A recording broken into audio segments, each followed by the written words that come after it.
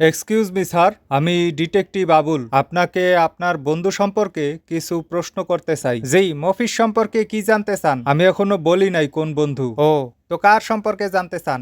জনাব মফিজ সম্পর্কে। আসলে মফিজকে আমি তেমন একটা জানতাম না। জানি না না বলে জানতাম না কেন বলছেন? ও, মুই ভাবছি হ্যার সাথে মনে হয় কোনো দুর্ঘটনা ঘটছে, যেমন হ্যারে খুন করা হয়েছে। তো হে কি ভালো আছে? না, তাকে খুন করা হয়েছে। হায় আল্লাহ, কেডা করলো এমন কাজ? বেচারা মফিজের লগে, হ্যাঁ আবার সাফারি দিয়া কোবাইয়া। আরে কিভাবে মারা হয়েছে এখনো বলি নাই। ও, তো কিভাবে খুন করা হয়েছে মফিজকে? সাফারি দিয়ে কোবাইয়া। আহারে, সারামনে জনাব মফিজকে লাস্ট কবে দেখছেন? ও খুব সম্ভবত মঙ্গলবারে, ঘটনার আগের দিন। আমি এখনো বলি নাই ঘটনা কোন দিন ঘটছে। ও, সে কবে মারা গেছে? বুধবার। হায় আল্লাহ, বুধবার খুন হয়েছে রাইতের 10টা বাজে।